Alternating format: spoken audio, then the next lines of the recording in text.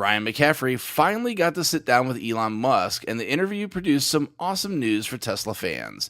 I've got the highlights for you on this episode. This is Tesla Tidbits episode number 527 for June 3rd, 2019. This show is sponsored by my supporter Richard. If you're in the market for a Model S, X, or 3, please consider using his referral code. Ask your salesperson to use code Richard174 or go direct to the web link ts.la/Richard174 and pick up a 1,000-mile supercharging credit for your new vehicle. So this is actually kind of an odd show, as all the news is coming from one source, that being Ryan McCaffrey's excellent interview with Elon Musk over the weekend. They covered a lot in the interview, so definitely check out the full thing if you've not already, but I've got the most important highlights for those looking to get the most pertinent info from the interview and don't have the time to go listen to the full 65 minutes of the show. I also want to give a special word of thanks to Ryan directly, as he very graciously gave me his permission to use clips from the interview in the show, as I like to do when I can. So to kick things off, the first thing off the top is a confirmation of a rumor from the last show. CNBC had picked up a story that the Model Y would be built at Fremont, sourcing current and ex-employees remaining anonymous. Elon confirmed their story in the interview with Ryan. What's been your thought process on where to build it? Because the last couple of earnings calls, you seemed, you didn't make any guarantees, but you seemed to say, well, I think we're probably going to look at building this at the Gigafactory. And then on the last conference call, the last earnings call, you said you were maybe leaning more towards finding some room in Fremont to do it. So is there sort of just curious sort of your thought process. I'm sure there are pluses and minuses to doing it in either location. Yeah, we could do it in either location. The long lead items for Model Y are mostly the tools for stamping. So like the body side outer tools are the long lead items.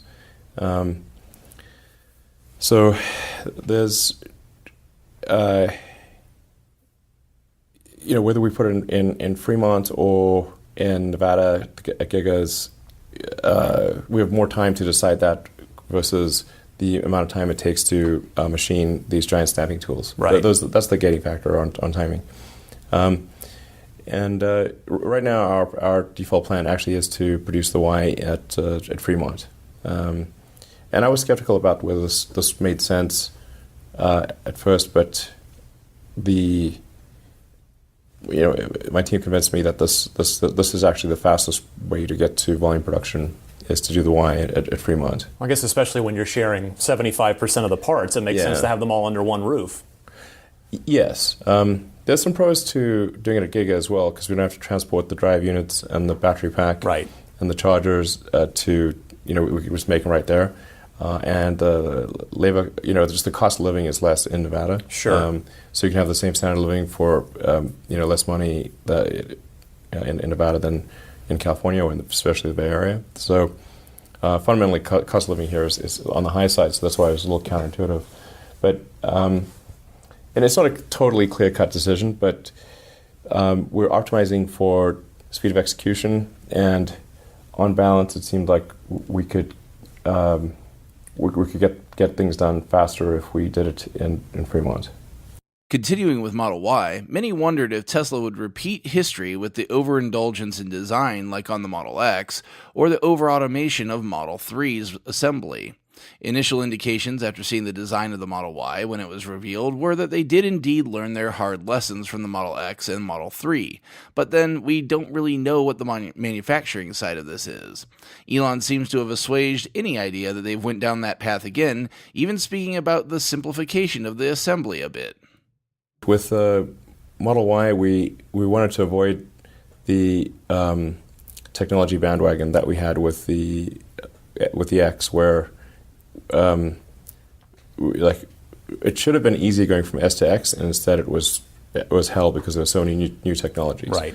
And we didn't want that to be the case, and it would be too risky for the company to do that with the Y. So we've tried to make the car as similar to the 3 as possible, except to the degree that a change is necessary to achieve SUV functionality. Yeah. So you need to be able to sit 7 people and have a higher ride height, more cargo capacity, while still having a low drag coefficient and not increasing the frontal area too much, and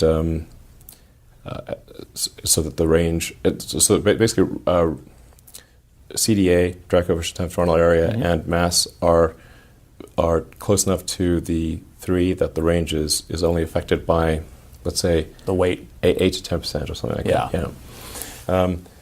The CDA is worse with the Y because the cross sectional area is higher. Right, makes sense. Bigger. So there are some manufacturing improvements for the Y. The rear underbody, we're moving to an aluminum casting instead of a series of stamped steel and aluminum pieces. But it drops from initially it will be 2 castings, and it'll go from 70 parts to 2, and then 70 parts to 2 plus joiners, so 4. And then it'll go, when we get the big casting machine, it'll go from 70 parts to 1.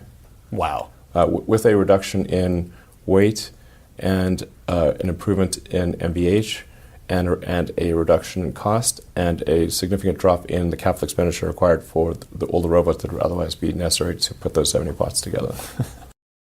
Are we all not just breathing a sigh of relief now? Sounds like they're engineering for efficiency ahead of time, but not in a way that requires crazy automation that doesn't exist, which is really what should have happened for Model 3. Good news for the company and good news for future owners, as it should mean that production spin-up should be much faster than Model 3. For everyone looking forward to the pickup truck, they too got some good news. Elon pegged a sort of will not be more than this starting point for the price of the pickup truck. You've been so excited about the pickup truck. I feel like you just can't wait to show that thing off. You snuck in the teaser at the Model Y event that we all missed before you put it out on Twitter later. It was way too subtle. I heard the noise and turned and missed it at the event, and everybody was like, "What was that?" But from everything you've said, I mean, this thing sounds nuts because you've mentioned on Twitter like titanium components, some like cool suspension stuff with the weight, your load in the bed. So is it reasonable to expect that the pickup truck at first will sort of follow a more S and X like trajectory, or it might start off a little higher cost before maybe making your way down market with it? We don't want it to be really expensive. I think it's got to start at less than $50,000. It's got to be like $49,000 starting price max. And ideally less.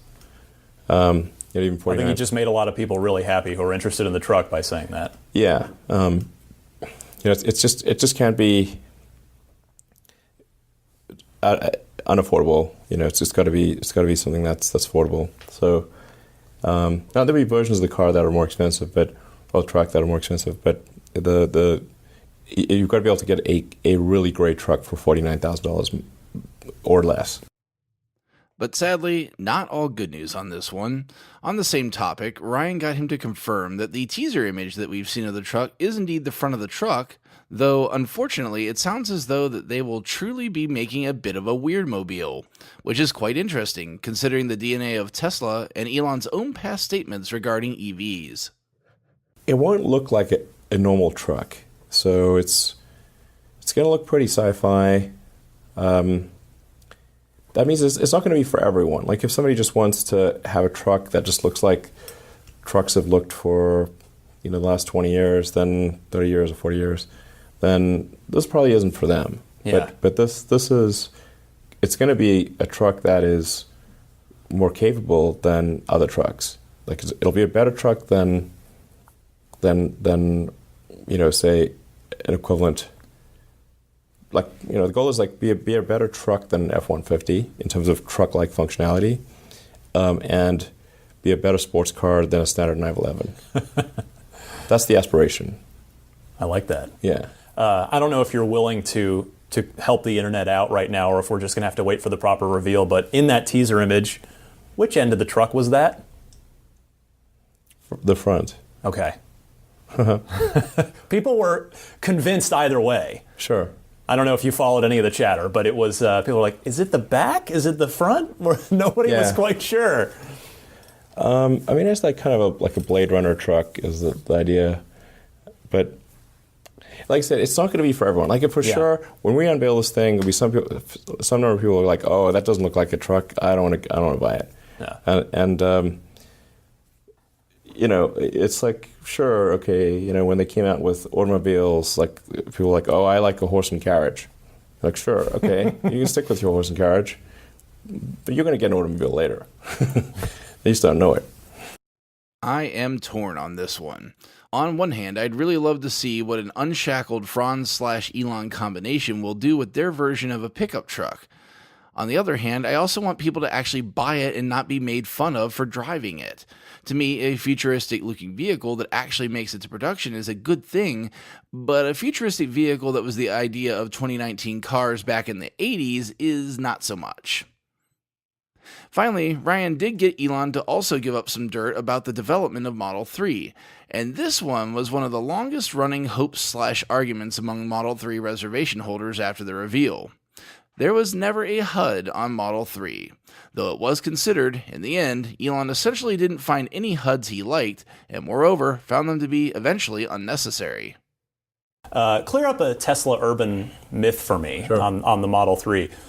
Was there ever a heads-up display for that car? You know, back you talk about the single display, and the chatter was people trying, well, there's going to be a HUD. There's got to be something there. No, there was no.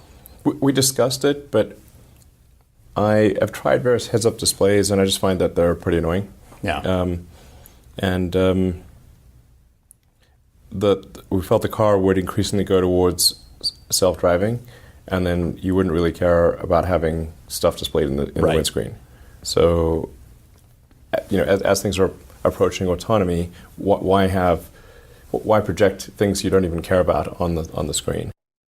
I actually see both sides of this one, though. In typical Elon fashion, this is a very logical, very utilitarian viewpoint based on the future use of the car. But in the meantime, many folks would probably like to have it, especially in a way that Tesla could do it. I can envision a Tesla HUD that wouldn't be the tiny windows that existing HUDs use, rather taking up most of the windshield. And even that would be nice to have for navigation purposes and confidence in full self-driving vehicles, in my opinion. Just as with the display of the car's disposition on the binnacle in Model S and Model X, and on the center screen in Model 3 and soon to be Model Y, this could be splashed in full glory on the windshield, providing peace of mind to the person in the driver's seat, as well as passengers in the car. In the end, I fall a bit on the utility side, if only because I'm sure something like that would mean increased cost and complexity, something that Model 3 didn't need and still doesn't. I still feel like flashy features such as that only belong on Model S and Model X to distinguish them from lower-tier models and give folks reason to fork out extra dough. It also would ensure that such variations of build would be worth the premium to slow down the line, as they're not trying to rattle off 7,000 Model S and Model X per week, rather only about 2,000 or so. Regardless, it was a neat peek behind the curtain.